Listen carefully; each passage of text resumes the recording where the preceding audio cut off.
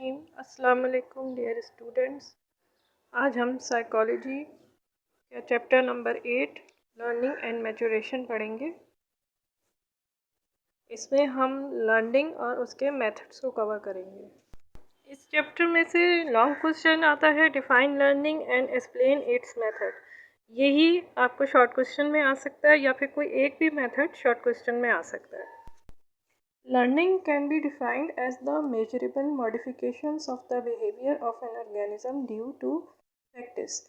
यानी कि आप लर्निंग किसको कहते हैं? जब एक ऑर्गेनिज्म चीज़ें सीखता है, उसकी वजह से उसकी बिहेवियर में मॉडिफिकेशंस होती हैं, इसको लर्निंग कहते हैं। जिस तरह से इंसान की बॉडी डेवलप होती है, जैसे उसकी ग्रोथ होती है, वो बड़ा होता है, उसके ऑर्गन्स बड़े होते हैं, इसी तरह उसकी एक मेंटल डेवलपमेंट होती है। जो मेंटल डेवलपमेंट होती है और बिहेवियरल डेवलपमेंट, वो लर्निंग होती है।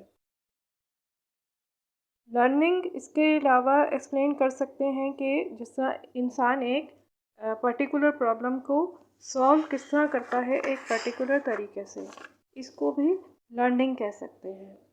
हर ऑर्गेनिज्म कुछ ना कुछ वक्त के साथ साथ अपनी ज़िंदगी में लर्न करता रहता है। जिस तरह इंसान ये लर्न करता है कि उसको भूख लग रही है तो उसको खाना चाहिए, तो उसने खाना किस तरह हासिल करना है, किस तरह बनाना है, ये सब उसकी लर्निंग में शुमार होता है। इसी तरह बर्ड्स जो हैं वो उड़ना सीखती हैं कि किस तरह उनको उड़ना है, किस तरह पर फैलाने हैं, ये सब लर्निंग में शुमार होता है। इसी तरह मछलियाँ स्विम करती हैं, तो उनके लिए उनके स्पेसिफिक बॉडी स्ट्रक्चर्स होते हैं। बॉडी स्ट्रक्चर्स का होना भी एक स्पेसिफिक लर्निंग के लिए ज़रूरी होता है। इसी तरह लर्निंग के प्रोसेस में इंसान बहुत सी गलतियां करता है और अपनी उन्हीं गलतियों से सीखता है कि उसको वो काम किस सही तरीके से करना है। जैसे उसको अगर गाड़ी चलानी है तो कौन सा गियर किस वक्त बदलना है, ब्रेक किस वक्त लगानी है, ये सब उसकी लर्निंग होती है। इसी तरह वो अपने तजुर्बों से, अपनी गलतियों से, मुख्तलिफ़ किस्म के जो वो हालात फेस करता है उनसे सीखता है और यही उसकी लर्निंग होती है। लर्निंग के लिए 4 मेथड्स यूज़ होते हैं, जो कि learning by trial and error, learning by insight, learning by intimation और लर्निंग बाय कंडीशनिंग है। Learning by trial and error ये वो मेथड ऑफ लर्निंग है जिसमें एक इंडिविजुअल तमाम पॉसिबल मीन्स को अपनाता है ताकि वो अपना गोल अचीव कर सके, जब तक कि वो अपने राइट मीन को नहीं जब तक अपने राइट मीन पर नहीं पहुंच जाता, जिससे उसको वो गोल मिल जाता है। इस दौरान वो अपने आगे आने वाली जितनी भी अनसक्सेसफुल रिस्पॉन्सेज होता है उसको छोड़ता रहता है और सक्सेसफुल को अपनाता है। इस तरह से उसको अपना जो भी एंड था, जो गोल था, वो रिसीव करने में आसानी होती है। इसकी एक एग्जांपल ये है कि एक अंधेरे में जब बंच ऑफ कीज से इंसान लॉक खोलने की कोशिश करता है तो पर्सन ट्राई करता है कि जो है वो एक कीज ट्राई करता है, फिर दूसरी की लगाता है, मगर उससे नहीं खुलता, तो आहिस्ता आहिस्ता वो एलिमिनेट करता है उन कीज़ को, जब तक कि वो उस की पे ना पहुंच जाए जिससे वो लॉक खोल सके। इसकी एग्जाम्पल ई थॉर्नडाइक के एक्सपेरिमेंट से मिलती है, जिसमें उसने एक भूखी बिल्ली को एक पिंजरे में बंद कर दिया और पिंजरे से बाहर उसके लिए खाना रख दिया गया। उस खाने को हासिल करने के लिए बिल्ली ने बहुत कोशिशें की कि किसी तरह दरवाज़ा खुल जाए, और फिर एक्सीडेंटली उसका हाथ हैंडल पे पड़ा और उसका जो पंजा था वो हैंडल पे पड़ा और दरवाज़ा खुल गया और उसको खाना मिल गया। जब इसी एक्सपेरिमेंट को दोबारा रिपीट किया गया तो उसने अननेसेसरी मूवमेंट जो वो इधर उधर अपने हाथ पांव मार के कर रही थी, और जो वो अपना मुंह मार रही थी, अपने तीत लगा रही थी, तो उसकी जगह उसने वो कम अटेम्प्ट्स की और अपना जो उसको याद रहा कि मैंने ये इस अटेम्प्ट के बाद खोला था, तो उसने वही अटेम्प्ट ज़्यादा करने की कोशिश की। और ग्रेजुअली अगर यही एक्सपेरिमेंट 2-3 दफ़ा रिपीट किया गया तो उसने जल्दी उस ताले को या उस हैंडल को खोल लिया। According to Thorndike, trial and error method of learning जो है वो 3 लॉज को फॉलो करती है। इसमें लॉ ऑफ इफ़ेक्ट आता है जिसका ये है कि एक सक्सेसफुल रिस्पॉन्स रिपीट की जाती है और अनसक्सेसफुल वन को डिस्कार्ड किया जाता है। लॉ ऑफ रिसेंसेस आता है जिसमें कि इंसान के अंदर एक स्ट्रॉन्ग टेंडेंसी होती है to repeat the most recent response, जो उसने अभी किया होता है लेटेस्ट, उसी रिस्पॉन्स को वो ज़्यादा रिपीट करता है। इसी तरह लॉ ऑफ एक्सरसाइज है इसका, यानी कि इसमें ये होता है कि इंसान बार बार प्रैक्टिस करता है या ऑर्गेनिज्म बार बार प्रैक्टिस करता है और उससे ही परफेक्शन आती है किसी भी गोल को अचीव करने के लिए। लर्निंग बाय इंसाइट, इस मेथड में इंडिविजुअल सर्वे करता है सिचुएशन को और फिर अपने लिए राइट चॉइस ढूंढता है, ना कि ये कि बहुत सारी रॉन्ग वन अटेम्प्ट करे और फिर उससे वो अपना गोल अचीव करता है। जैसे बंच ऑफ कीज से ताला खोलना, तो पहले जो है वो होल को स्टडी करेगा कि किस शेप का है, फिर उसी की जैसी मिलती जुलती की निकाल के उससे खोलने की कोशिश करेगा। लर्निंग बाय इंसाइट भी learning by trial and error का एक सिलसिला ही है, क्योंकि जब ट्रायल एंड एरर से इंसान सीखता है कि कौन सा सही रहेगा उसके लिए मेथड, तो वही लर्निंग बाय इंसाइट हो जाती है कि वो फिर उसी सही मेथड को अपनाता है। लर्निंग बाय इंसाइट के लिए हम एग्जांपल ले सकते हैं कोहलर का एक्सपेरिमेंट, जो कि उसने मंकीज़ पे किया। उसने मुख्तलिफ एक्सपेरिमेंट्स किए।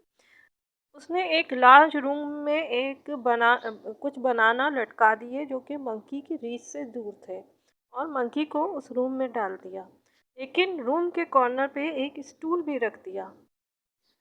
कुछ देर बाद मंकी ने बहुत अटेम्प्ट की पहले बनाना को लेने की, लेकिन फिर उसने उस स्टूल को यूज़ किया और उस पर चढ़ के उसने अपने बनाना हासिल कर लिए।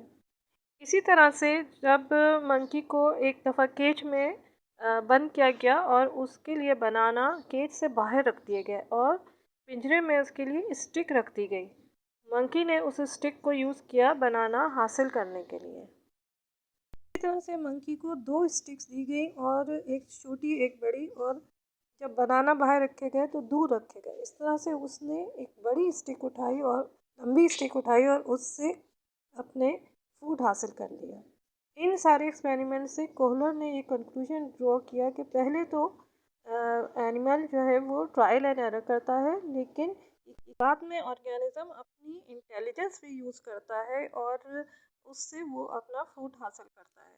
तो इसको ही लर्निंग बाय इनसाइट कहा गया, यानी ऑर्गेनिज्म माहौल को स्टडी करके अपने इर्द गिर्द का जायज़ा लेकर और सही अटेम्प्ट से अपनी एक गोल को अचीव करता है अपनी अकल यूज़ करके। यही लर्निंग बाय इंसाइट है। अब लर्निंग बाय इंटीमेशन, ये दोनों मेथड को इनकॉर्पोरेट करती है, यानी कि या तो learning by trial and error है अगर फेलियर हो रहे हैं अटेम्प्ट्स में, और अगर सक्सेस हो रहा है अटेम्प्ट में तो वो लर्निंग बाय इंसाइट है। यानी कि ये इन जो दोनों मेथड्स थे उनकी तकरीबन एक कॉम्बिनेशन सी है। अब हम आ जाते हैं फोर्थ मेथड ऑफ लर्निंग पे, यानी कि लर्निंग बाय कंडीशनिंग। इसका कॉन्सेप्ट जो था वो प्रपोज किया था बैचलर एंड पावलोव ने, और इसमें यह है कि ये फॉर्म ऑफ लर्निंग है जो कि एक्वायर होती है by means of the experience of stimulus sequence, यानी कि जैसे 2 या 3 स्टिमुलस जो ऊपर तले ऑर्गेनिज्म को दिए जाएं, तो उससे जो लर्निंग होती है वो कंडीशनिंग होती है। यानी कि वो दोनों तीनों स्टिमुलस के लिए, उनमें से जिस स्टिमुलस के लिए वो जो रिस्पॉन्स शो करता है, कभी कभी वो उन्हीं बाकी के 2 स्टिमुलस के लिए भी वही रिस्पॉन्स शो करने लग जाता है, तो इसको कंडीशन लर्निंग कहते हैं। इसके एग्जाम्पल में ये है कि बच्चा जब थंडर स्टॉर्म आती है तो जब वो बादल गरजने की आवाज़ सुनता है तो अपने कान बंद कर लेता है। तो बादल गरजने की आवाज़ उसके लिए एक नेचुरल स्टिमुलस हुआ और उसका रिस्पॉन्स ये हुआ कि उसने ईयर्स को प्लग किया। लेकिन जब ये बार बार होता रहता है और वो उसके साथ लाइटनिंग भी देखता है कि हर दफ़ा जब बादल गरजते हैं बिजली चमकती है, तो सिर्फ बिजली के चमकने पर जब उसको बादल गरजने की आवाज़ ना भी आए तो वो अपने कान बंद कर लेता है। यही कंडीशन लर्निंग होती है। इस सिलसिले में पावलोव के एक्सपेरिमेंट जो उसने डॉग पे किए उससे इसकी मिसाल दी जा सकती है।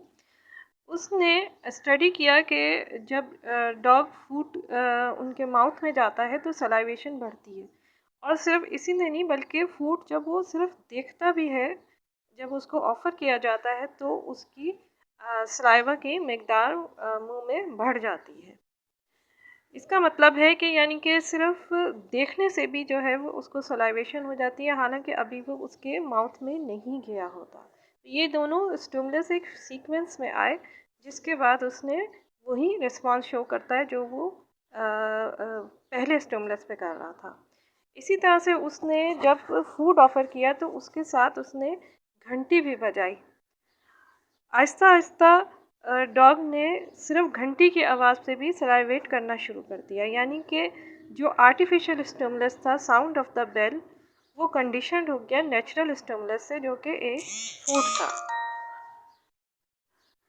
तो जब भी एक अनकंडीशन्ड स्टिमुलस और कंडीशन्ड स्टिमुलस इकट्ठे पेश किए जाएँगे तो कंडीशनिंग हो जाती है। लेकिन नेचुरल स्टिमुलस को अगर आर्टिफ़िशियल स्टिमुलस के बाद प्रेज़ेंट ना किया जाए तो लर्निंग या कंडीशनिंग सीज़ हो जाती है, जिसको एक्सटिंक्शन ऑफ कंडीशनिंग कहते हैं। लेकिन अगर दोबारा से कुछ अरसे बाद आप दोबारा से यही एक्सपेरिमेंट रिपीट करें, यानी कि बेल को बजाएं फूड की प्रेजेंटेशन के साथ, तो दोबारा वो उसको रिकवर कर लेता है अपनी पुरानी लर्निंग को, और इसको स्पॉन्टेनियस रिकवरी कहते हैं। इसके साथ ही हमारा ये चैप्टर ख़त्म होता है। इसमें जो मेन क्वेश्चन था वो मैंने आपको समझा दिया है। दुआओं में याद रखिएगा। उम्मीद है आपको अच्छी तरह समझ आया होगा। अल्लाह हाफ़िज़।